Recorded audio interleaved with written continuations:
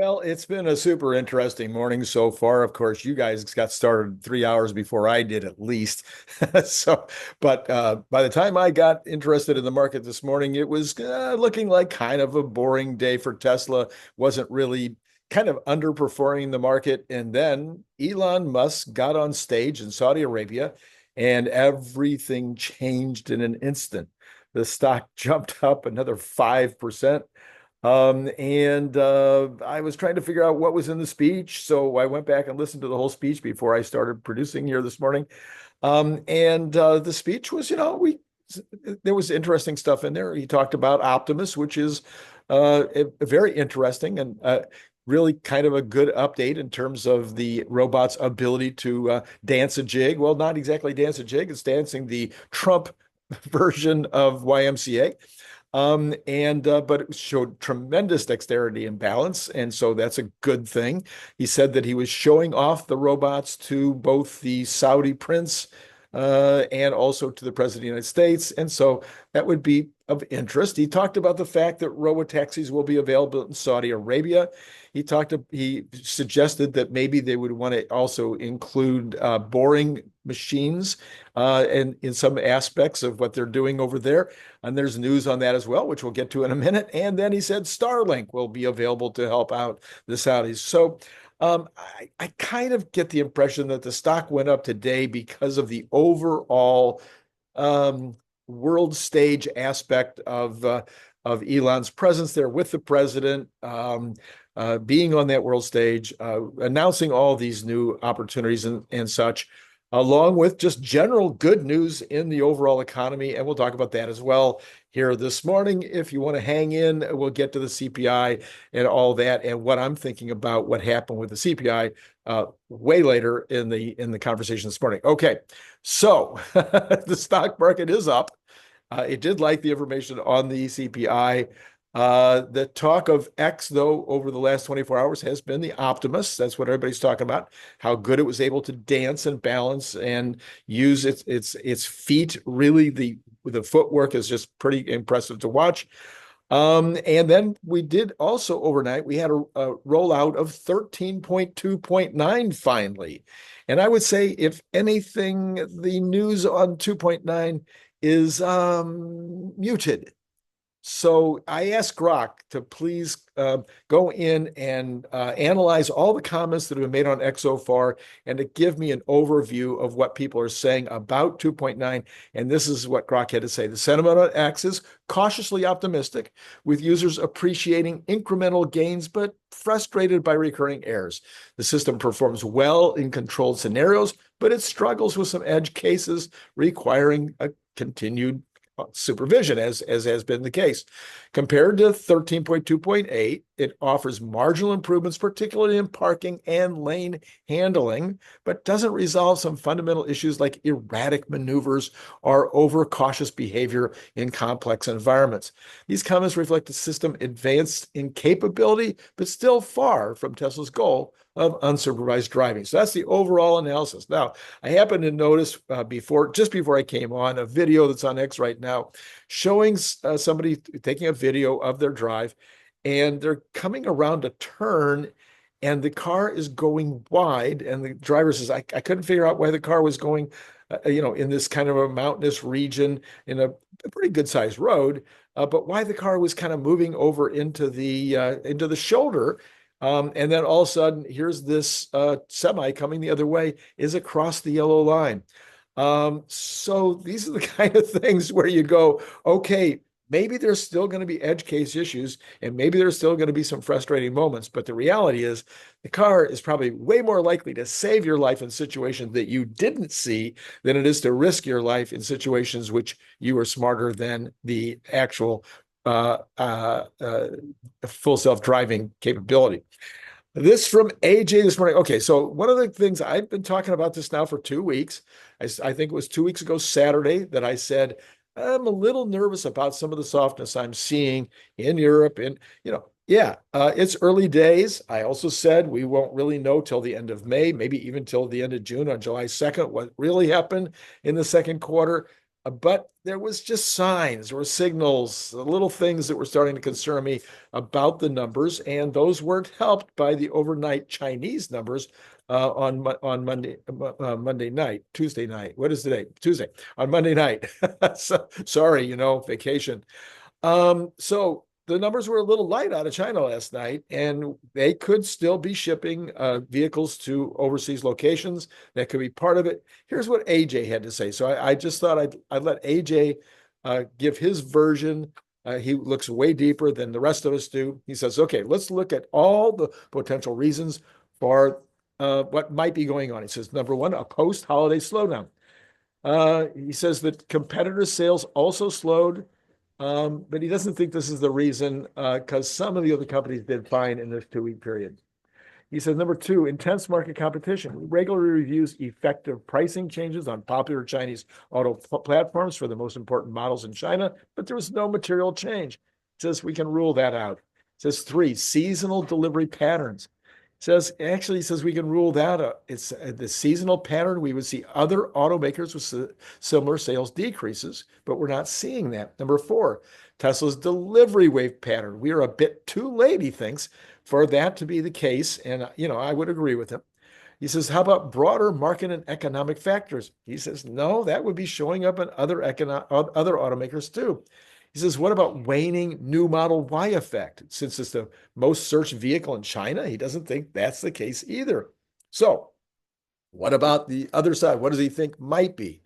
Number one, he says supply issues. He says either because of a technical problem or a need that needs to be solved before continuing deliveries or a lack of production due to some kind of a parts shortage. He says, for example, BMW discovered last year a significant and widespread problem with brakes, causing a Q3 delivery halt. He said it could be something like that they haven't announced. He says, number two, it could be preparation for an imminent launch of the lower cost vehicle. He says he thinks that's not very likely because you would typically, in China, you need regulatory filings before you can have the new vehicle get up. So this wouldn't be the right timing for a changeover of a line in order to get the Model Q out, but it still could be possible. And he says it also seems like it wouldn't be launching mid-quarter and causing cancellations on Model Ys. Anyway, he thinks it's the supply issue after thinking through all of those. I don't know, but it's just one more thing that's causing a little bit of concern. But again, I think we'll by the end of May, I think we'll be getting a lot better signaling about overall worldwide sales of Teslas. Much better than first quarter, of course, way better than the first month, the April month. By the end of May, I think we'll be getting some ideas. So that's what AJ had to say. Tesla Roddy says this morning. Starship Flight 9 is currently targeted for no earlier than May 20th, just days away. At 6:30 p.m. Central Daylight Time. The schedule is dynamic, of course, and it could be later than that. Proofrock, Elon's tunneling machine is coming for Gart the snail. This is according to Mario Nuffel. He says the Boring Company's newest invention, Proofrock, newest invention. Some of you Nuffel, it's not a new invention, but it is being upgraded all the time. Is a tunneling robot that porpoises, meaning it launches straight from the surface, digs underground, then resurfaces without needing giant pits. It can start tunneling within 48 hours of arriving, and it's fast, 1 mile per week. That's 6 times faster than the last model, though still slower than a snail, but not for long. Proofrock's next goal, beat the 1/10 of human walking speed, or 7 miles per day. To get there, it mines continuously. This is new. It's just now, for the first time, been able to mine continually while installing tunnel walls on the go. And then it uses rubber wheels instead of old-fashioned rails to get the job done. It's all electric, cleaner than diesel machines, and the dirt it digs up could potentially, at least in the past, we've been told, might become some kind of bricks or park paths. Anyway, this is all good news. The only thing that's a little negative right now is the unit sales of Tesla. But of course, Robotaxi will change all that within a few short weeks. This is Randy Kirk. Please like, subscribe, hit notify. We got normal data. Well, yesterday didn't turn out to be normal. I'm having tremendous problems in a very expensive Hilton hotel here on the big island of Hawaii with the worst Wi-Fi ever. At least I think we're getting clean production, but then when I try to upload it, it's taking an hour to upload. So as a result, the Brian White video did not go up last night. There should be a Brian White video tonight. There should also be, I've also had a conversation already with Nicholas Gibbs. He will be on later today. You might want to think about joining Patreon, as Michael M. just joined. Thank you, Michael M., for joining Patreon. We need way more people like Michael M. to say, thank you, Randy, for putting together all this material each day. And whatever help it's giving you, you're watching it multiple times a day, multiple times a week. You're watching it because of Larry or Nicholas or Bradford or Jeff Lutz. I don't know, one of the Bryans. Sir Basher. So you're finding some good stuff here. $3 a month, $5 a month. I think some of you could afford it. The real EJ and Tony, one of my favorite posters on X, says food prices in April declined for the first time since, and he's checking his notes, November 20th, the last time Trump was president. Yeah, but that's not all. The CPI kicked butt today. The headline month over month was about as expected at 2%, with natural gas and electricity and medical care hurting what otherwise was almost a perfect report. Shelter continued to be a driver, but the overall number is around 0.3% per month, which is about where it's been for the last year. So that shelter has become tame. We might like it to go lower, be down around 0.2% per month, get under that even. But maybe that's unlikely at this point. I think this might be the best we're going to do on shelter. The year over year was better than expected at 2.3. It was expected 2.4. The Fed should theoretically be thrilled with that headline number. But of course, the headline number is not what the Fed looks at. They look at the core. It came in at 0.2% month over month, exactly as expected. And year over year, it was 2.8, which was the expected number also. Now, since this is the core is the component that the Fed cares the most about. 2.8 isn't good enough. It needs to get down to maybe like the 2.3 number, 2.2 number, before they could feel comfortable lowering the rates again, or at least needs to be moving in that direction. The real EJ and Tony again this morning says inflation during Trump's second term thus far is at 1.6% at an annualized rate. That's much lower than Biden's first 18 months, 8.6% annualized, and about the rate of Biden's last 3 months. It's also lower than the average over the entire June 9 to June of 2009 through June of 2020. I just had to add, though, this Wall Street Journal, we've been bashing on the Wall Street Journal. Trump has been bashing the Wall Street Journal. I'm going to bash them again. After you just heard that report, and believe me, that is a flat on, just a straight up report, no, pushing any agendas. Their headline on the Wall Street Journal was monthly inflation ticked up in early hints of tariff effects. I mean, you can't make it up. They were the only headline I found that was negative, the only one. And, normally the mainstream media would take every opportunity to slant this CPI report as negative for Trump, but that was the only one, just the Wall Street Journal. Anyway, the National Federation of Independent Business report came out this morning also. This is one of my favorites. And in terms of optimism about the future, it was about as everybody expected. It was down. The NFIB report continued to show that small business owners are not very excited about what's going to be coming up later. They're still worried about the tariffs. But when did it come out? It came out today.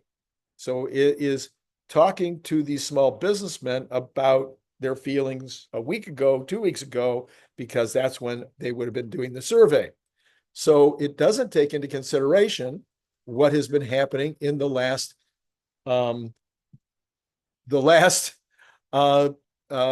week with these tariffs all starting to be coming under control. So I think we can discount that a bit. I thought the part that was interesting, the part that was super useful, is that their current situation is excellent. And they talked in every aspect, their sales, their profits. They didn't really have very much to complain about in terms of their current circumstances. So that was good.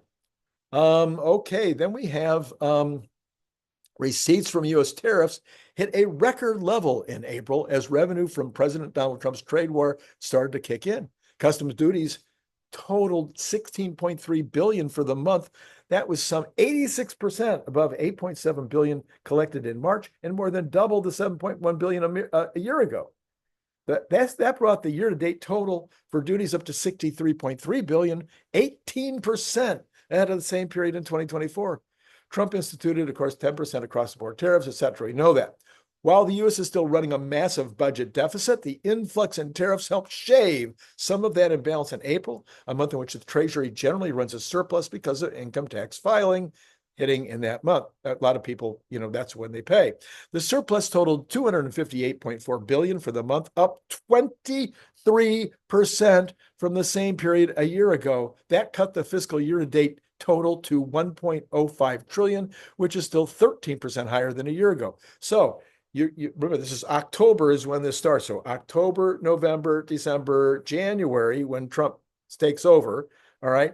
So you've got the 6-month total, 1.05 trillion, but 4 of those 6 months are who? Also, on an annual basis, receipts rose 10% in April from 2024, which with outlays declining 4% year to date. Receipts are up 5%, while expenditures have risen 9%. High interest rates are still posing a budgetary burden. Net interest on the $36.2 trillion national debt totaled $89 billion in April, higher than every other category except Social Security. For the fiscal year, net interest has run to $579 billion, also second highest of any outlay. And then we have this from Barron's. Here is an update on the budget bill. I'm including this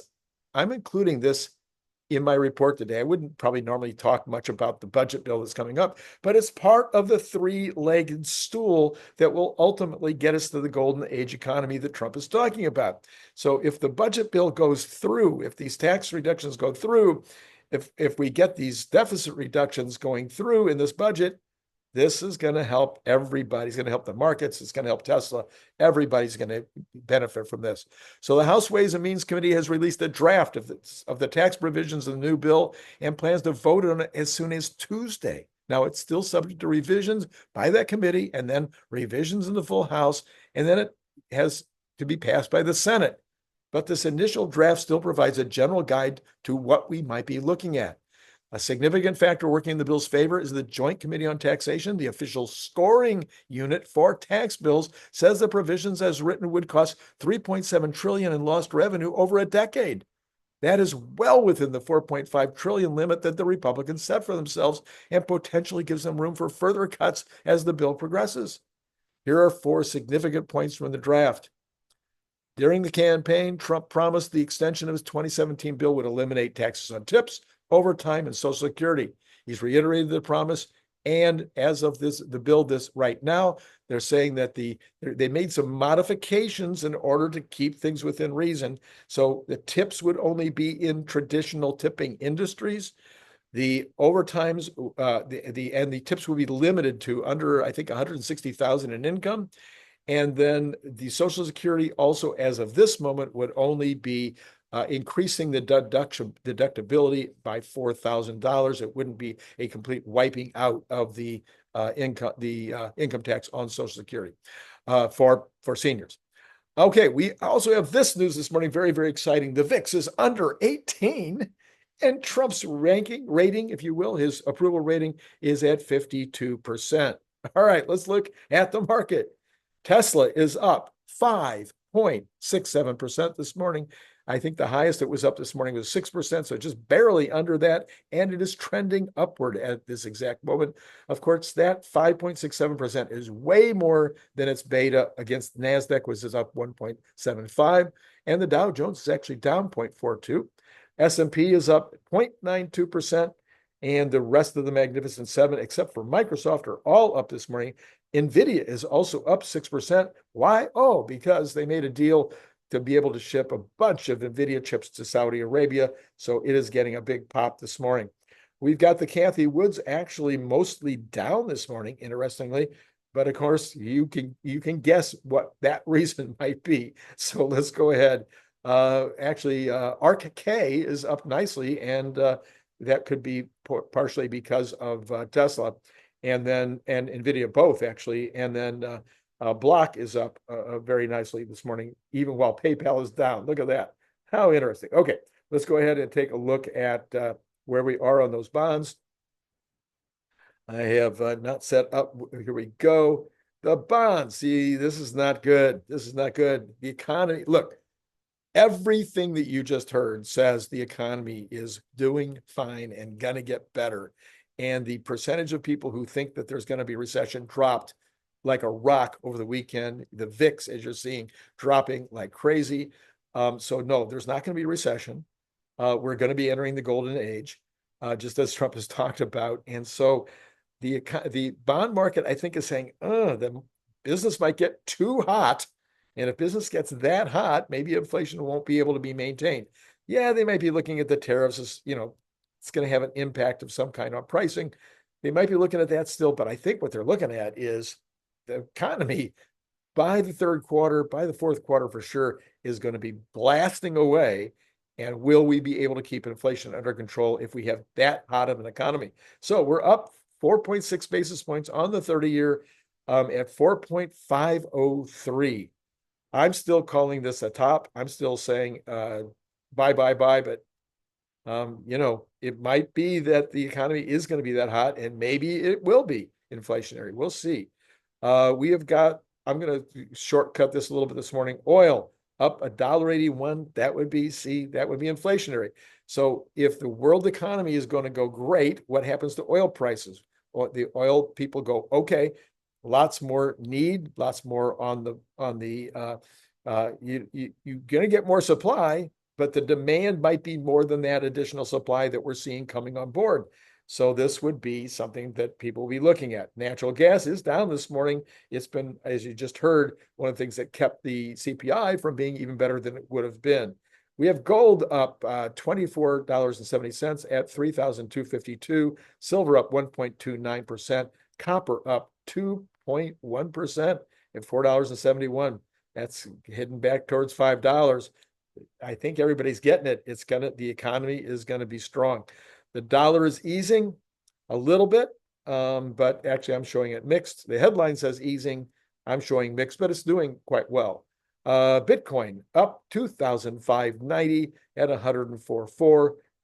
That's pretty significant. Okay, so hit like, subscribe, notify, all that jazz. Be back. Come back and see Nick Gibbs tonight. I'm sure he'll have some amazing things to tell us about where he sees the stock going in the coming weeks. We're still sitting at 5.7% up. And then Brian White, of course, at 7:45. You won't want to miss any of that. Last night, I had a video with Larry Goldberg. Yeah, I'm going to put that card up here. It was amazing, and it did extremely well. So thank you all for watching. Thank you all for watching all the time. That's always, I thank you. That is what really pays my bills, is you watching. But Patreon would help. Or joining here. You could join here on YouTube. It's so easy to join and send a couple of bucks a month by YouTube. All right, that's all I got. It's been great talking to you.